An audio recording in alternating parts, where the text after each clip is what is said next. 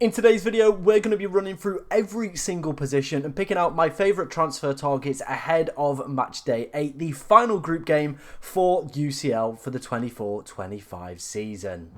Now, before we dive into today's video, of course, if you do enjoy any of the content that you see on the channel, please be sure to like, comment and subscribe, as we are trying to hit 12,500 subscribers by the end of the season. And of course, if you do want to help the channel grow, make sure you're liking the video as well for plenty more UCL fantasy content as well. So how this is going to work, as you can see, we've basically got it broken down into kind of the cheap, the mid-priced, and then the premium for each position. I haven't done goalkeepers, as I don't really feel many people are going to be looking at goalkeepers this week, but I probably use some of the same arguments I'm going to use with defenders and just apply that to the goalkeepers. If a team's got a decent fixture, obviously then the goalkeeper is also a pretty decent shout. So let's start off then with our 4 million options, and I don't really think anybody is necessarily potentially going to go out and pick any of these up. However, if I was to go and get one, I probably maybe would be tempted with somebody like Trusty. Potentially, I just think his minutes are probably the most secure, second most ball recoveries as well. De Gea is also an okay option.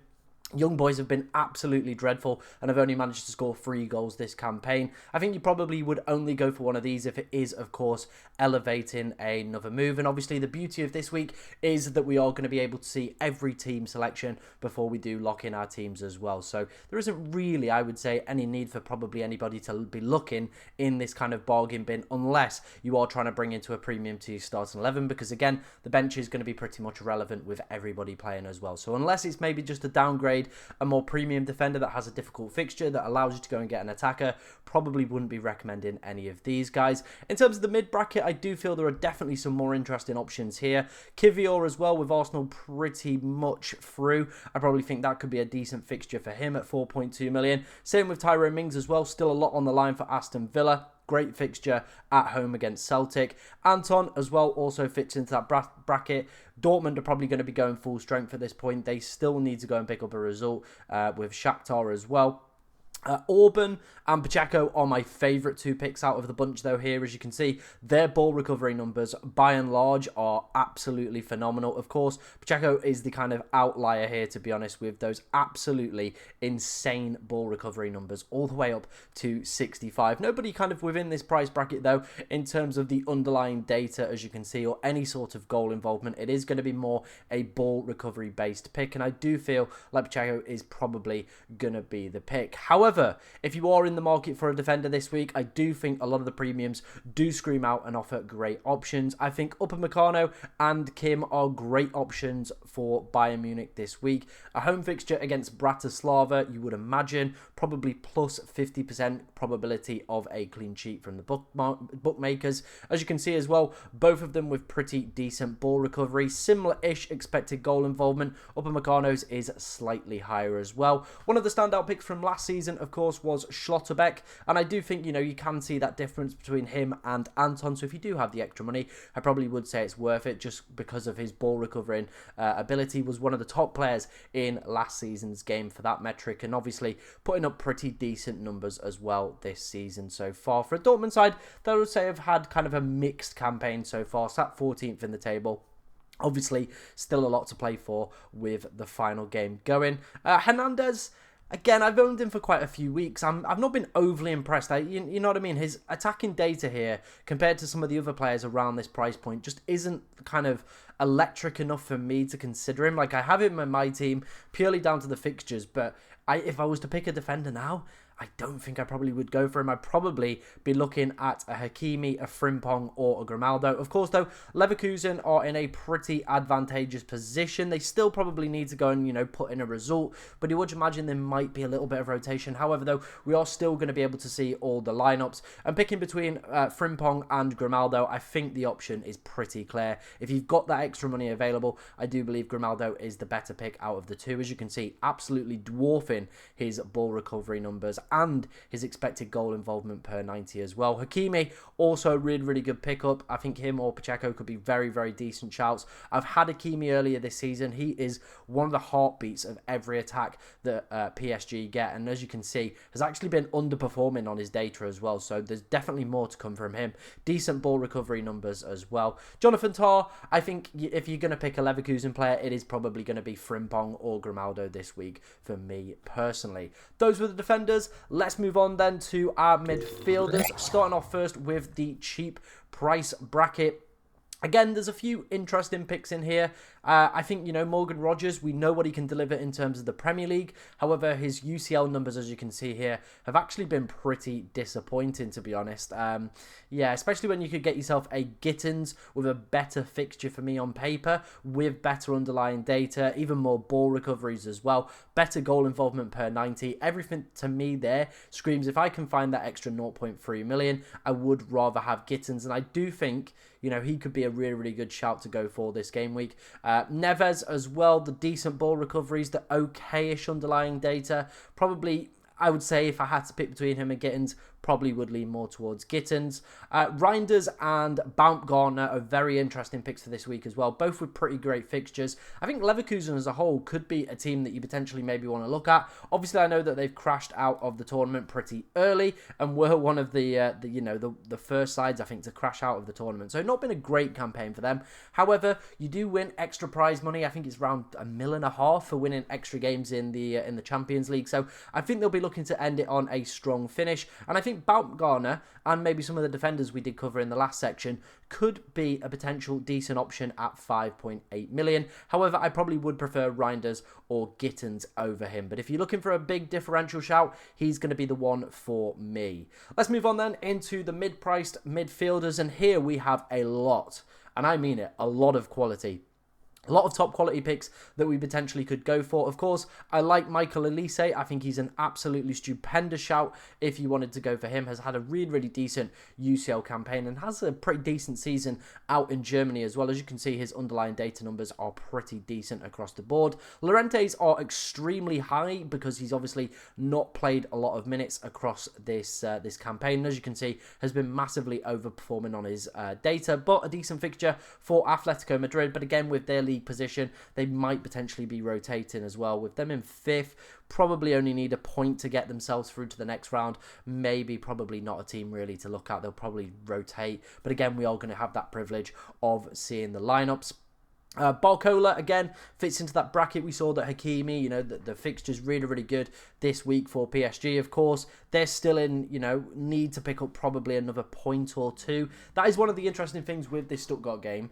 If them and Stuttgart both draw, they're through, right? So I think that's probably a little bit more of a reason to potentially go for a defender over a Barcola, over a Dembele, who's a little bit further down on this list for me personally, because the fixture is good, yep, but I think they're probably going to both maybe have one of those mutual handshake agreements that definitely doesn't happen in football, and we're probably going to see maybe like a 0-0 or a 1-1. So I think it's probably going to be a very quiet affair. So maybe going for Pacheco for ball recovery numbers could be the way to go, or of course going for Hakimi as well. He's pretty decent in that regard, rather than the midfielders for me. Martinelli could be a great shout. As you can see, really, really underperforming on his expected goal involvement. Arsenal again in a pretty advantageous position going into the final game. Again, we're going to have that privilege of seeing the lineup. And Girona, yeah, the Champions League not really been their bag this season, has it? Although they aren't a team that usually gets battered. They've only conceded 11 goals so far this season. So, it's one of those. It's a nice pick. It's a potential option. Diaz, probably not going to be worth it. I think Liverpool have got a lot of games coming up with, of course, the Carabao Cup, the FA Cup, and the double game week in FPL, double game week 24. So probably not going to be worth any sort of consideration for him. Or right at the bottom as well in the premium bracket, Mohamed Salah as well for me personally. We are going to have the privilege of seeing these lineups, but against PSV, Liverpool pretty much through. I think, there's no real difference between coming first and second, so what does it really matter? There's probably going to be quite heavy rotation. So yeah, not really two picks I would be looking to pick up, and probably two picks that you maybe want to get rid of and maybe start to look around at some of these other players as well. Same goes with Barca. They could finish top of the group. Rafinha's had an absolutely stellar campaign, as you can see from the goal involvement per 90. Also, the data has been pretty decent. But again, I think he could be another one that potentially could be a little bit susceptible to rotation. And Atalanta have had a really, really good campaign. So not the easiest fixture. I think think if it was away, probably would have marked it down as a red, but it is a home fixture for Barca, so I still probably have them down as the favourites. Florian Wirtz, again, another man who's had a stupendous group stage campaign and could finish it off with a flurry. So maybe if you are looking at maybe offloading a Diaz or a Salah, Wirtz could be one of those top quality replacements. Moving into the more premium bracket, obviously I kind of spoke about Dembele already. Odegaard, I don't really think is a pickable option for me. He's just not really been at the races in terms of his kind of goal involvement so far this season, so not a pick I would be suggesting. Bellingham's numbers are looking, of course, highly inflated after the 2 assists as well, so again, probably not going to be an option I would be going for. It probably would be Musiala and Foden out of the premium midfield options here. Of course, Bayern need a decent result, of course. They're sat on 12 points. If they want to get themselves into the automatics, they're going to need a win, and they're probably going to need it quite comfortably as well. They're going to need to obviously further increase their goal difference as well, with Leverkusen currently sat in 8th on 14 plus goal difference. So again, probably going to need to put a couple in. Musiala as well was very unfortunate in the game against Feyenoord, had a brilliant opportunity. As you can see, his data across the board has been pretty decent and actually quite nifty at picking up ball recoveries as well. Phil Foden, again, I will expect him to play the Bruges game. He has had a little bit of a revival in the past few weeks within the Premier League. A disappointing performance against PSG. I kind of banked on him, picking up his confidence, getting back to where he was, but it didn't quite work out. But I'm going to give him one more opportunity. Bruges at home. City should be winning that game, and of course, they do need to go and win it if they want to progress to the latter stages of this competition. Let's finish up then. Let's take a look at the forwards. First off, starting with the kind of cheaper price brackets. I think there's so many great options here. Benjamin Sesko, big fan. Could be a really, really nice differential for this week. Has obviously been popping up with a few goals. There's rumours with Arsenal as well and stuff like that. Numbers as well have been pretty decent. And like I said, the fixture this week is pretty good. It is pretty good. Pavlidis has made it in here because of obviously his hat-trick against Bayern. Before that, just one game in the competition before, so probably not going to be an option. Juventus as well, pretty nifty defence so far this season out in Serie A. Gyökeres as well. Bologna showed that they are a pretty decent side. Gyökeres as well was rotated.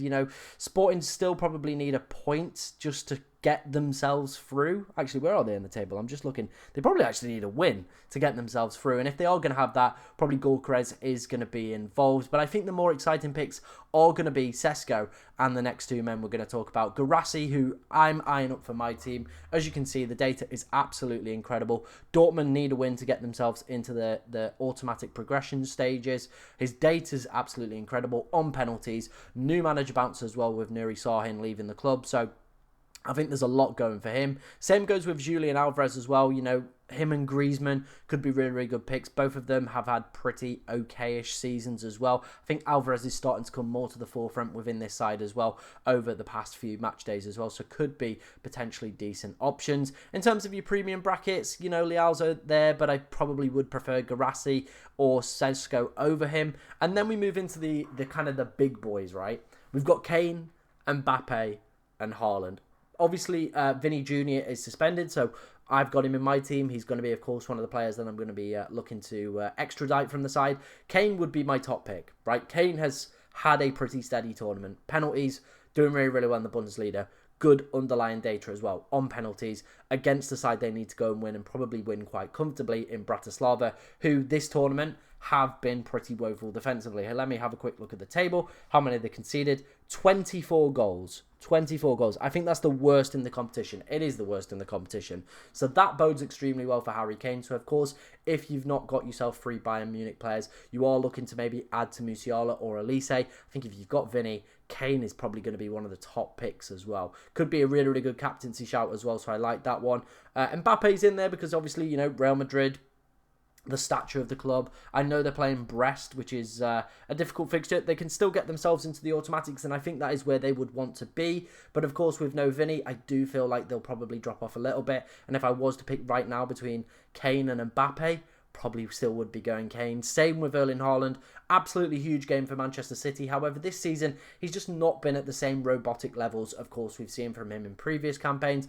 And I just, like I said, with Bratislava being the worst defence in the tournament so far, with Bayern needing to win this game, with Kane's penalty appeal, I think that makes him the ideal Vinny Jr. replacement in my personal opinion, and probably one of the top premium players that you could look to captain in game week 8. Let me know what you think of this new transfer targets format. Let me know if you like it. Let me know if you want to see more. And yeah, get the likes in, get the comments in. Make sure you're subscribing for more content as well. I will be live for the deadline on Wednesday. I have filmed this on Friday evening, as I don't have time over the weekend, so it'll be going out on Monday. So if any players do pick up injuries, of course, do just ignore everything I've said about them. But hopefully nobody has got injured over the weekend and kind of ruined this video. But like I said, make sure you're liking, commenting, subscribing, and good luck in Matchday 8.